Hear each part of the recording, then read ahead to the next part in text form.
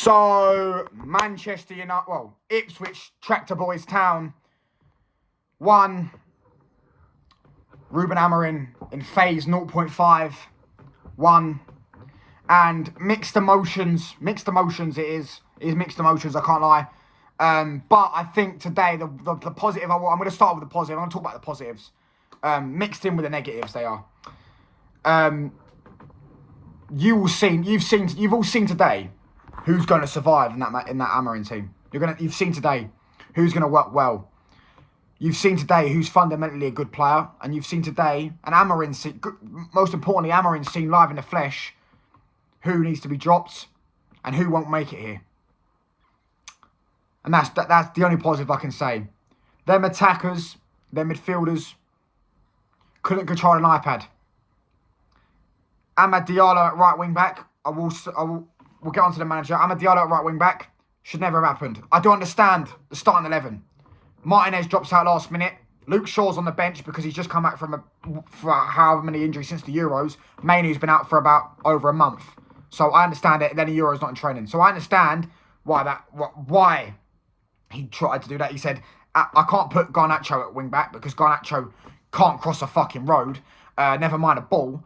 And my most fundamental player that's an attacker that can play the wing back is Amad. I understand it. Okay, cool. But you don't sacrifice your only competent attacker for 2 bums up top in Rashford and Garnacho. And people are going to come on and say, oh, Rashford scored today. What did he do after? He was anonymous for the whole game. He scored a goal, which he just ran into the ball. Let's face it, he didn't even strike it. He literally just ran into the ball and disappeared, put on his Houdini act, bruv. Put on his invisibility cloak, bruv. Doctor Strange settings, and yeah, went invisible. You're going to see him and Garnacho. We're going to have a discussion about them. When are people going to finally wake up? I told you I'd sell them both. People going in my comments. No one in their right mind would sell Garnacho. You're going to see, bruv. The rest of the fan base are going to wake up, bruv. I'm telling you, the rest of the fan base are going to wake up. Positives from today. There aren't really many. Amad was one. Onana was another. Amad was brilliant. Brilliant assist. And overall, in the performance, he was very good. Very good. At wing-back as well. Remember, he's not a wing-back, he's a winger. Or a number 10. And he should play in his rightful position. He should get a chance to play in his rightful position. I understand that will come when Luke Shaw's back to fully fit. When the Euro's back in the team. When Martinez is back in the team. Then you'll start to see us, put our full strength 11 out. Because, as I say, I'm not gonna come in here and rant and scream and shout. To be honest with you. Which is, I know you lot all want. But I'm not going to do it. Because I'm not that angry. I understand that this manager, I think these type of results are actually good for the greater good for the club, because I don't want our club to get complacent. I want our club to realise how bad and average these footballers are, some of these players are, and who the good ones are. But yeah, as I was saying, Amad was a positive today. Onana, by the way, saved us. We would have lost 3 or 4-1 if it weren't for him. He didn't just make good saves; he made outrageous saves. The one-on-one with Delap, the little flick from Delap. There was another one as well. I can't really remember. It was quite later on in the game. There's 3 or 4 times where they 9 times out of 10 they put that in the back of the net. Even the one-on-one with Delap, you know what I mean? And the little flick from Delap was brilliant reaction. Onana was brilliant today. And as I said, I've been saying top 5 goalkeeper in the league. But people when they sit there and say that he isn't. He's been absolutely brilliant this season again, and he's a top goalkeeper. He's probably been brilliant since the turn of the year, or at least since around March. He's been brilliant. And he absolutely dragged us to a point again today. And there's no 2 ways about it. Onana was. Him and Ahmad are the only 2 positives, really. Maybe you could say Mazraoui. I thought Mazraoui had a decent game. I thought Dalot was quite poor, to be fair. The centre-backs were awful. I don't think De Ligt suits playing as the centre-back, where the one that he has to engage and be the aggressor. I think that would be better suited for Martinez, because I think Martinez is better at doing that than De Ligt. Because when De Ligt does get caught out as well, he doesn't have the legs to skip back. And you saw a few times where Delap just dropped a shoulder or something like that, or Amari Hutchison dropped a shoulder, and De Ligt's in no man's land because he doesn't have the pace or the legs to get back. And ultimately, that's why I don't think he should be an aggressor. I think he should just be the ball playing, the one that sits there, aerial battles. Because in the air, he was winning everything today. But, or almost everything. Do you know what I mean? Yeah. Regards to the goal, as I say, Amad skipped past 3 players. Brilliant bit of skill. Brilliant bit of pace. Lovely 1-2 with Bruno. Puts the ball in a dangerous area. Rashford's running onto it. but obviously the keeper expects it to land in his hand. It doesn't. It's unfortunate. The keeper makes a mistake. 1-0 within a minute of hammering ball, and we're bouncing, bruv. You know what I mean? It's not like I was fucking sitting there going, fucking Martin's on my fucking chat, fucking taking the piss out of it. I said I want 4 or 5. Do you know what I mean? Everyone's fucking gonna laugh at that, isn't they? But at the end of the day, you know, your manager comes in, you go 1-0 up inside 1 minute. You get a little bit giddy, don't you? You get a little bit fucking happy.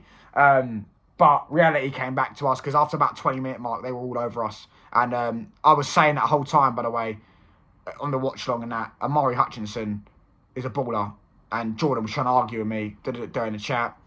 And as I said, he wouldn't have fucking done that. He was their one attacker. Sorry, he was their one attacker that I did fear. And he produced that moment of brilliance. But yeah, they probably should have won. They're the better chances. Let's not lie. But I'm just gonna see now. I'm gonna hold my tongue, bite my tongue, and see now. You know what Amorim does, because he's seen now. He's already got a good block, a good layer, a good bricklayer, a layer of fundamentals to know who's gonna work in his system. You've already seen it. Their goal moment of brilliance. As I say, everything else needs to be said. Not really. Amorim's subs actually does need to be said. I thought his subs were bad. I did think that. I didn't understand the taking off Casemiro and keeping Eriksen on the pitch, because then he then took Eriksen off. I didn't understand that, because I thought Eriksen was way worse than Casemiro, and I thought Eriksen was poor today.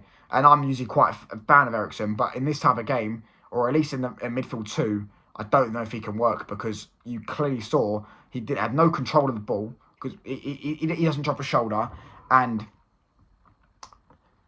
their legs were just on him. Amari Hutchinson's quick, lovely skill. They were just quick. They were just quick thinking, quick legs. They were getting around the pitch, and it was overshadowing our midfield. And Casemiro was doing his best, but he was getting sent a few times by Hutchinson. I think Ugarte and Casemiro would have been a much better in a double pivot today. I think they would have been much better as a 2 for this type of game. And I think, I thought his subs were poor.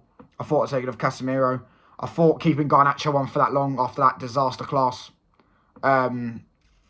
was I think that was a bad decision. As I was saying, I don't think that was a good decision. I think keeping him on for that long was fucking awful. And anything else needs to be said? Maybe you could say Rashford was on the pitch for a bit too long. He was anonymous after the goal. Højlund come on, and you already saw that he's still as average as anything. And yeah, couldn't hold up his pants, let alone a football. Anyways, cheers for watching. Subscribe if you're new, like the video, and we're back for Bodo Glimt in the week, and then we're back for Everton next week. But yeah, it's just deflating, man. You obviously want to get off to a good start, but it's not the end of the world. It's just mixed emotions, I guess. But you'll see now who you know what I mean. You'll see everything I've been saying about my ballers, Ahmad and all that. They're good, and Garnacho and that, they're shit. You get what I'm saying? Anyways, cheers for watching. Gosh.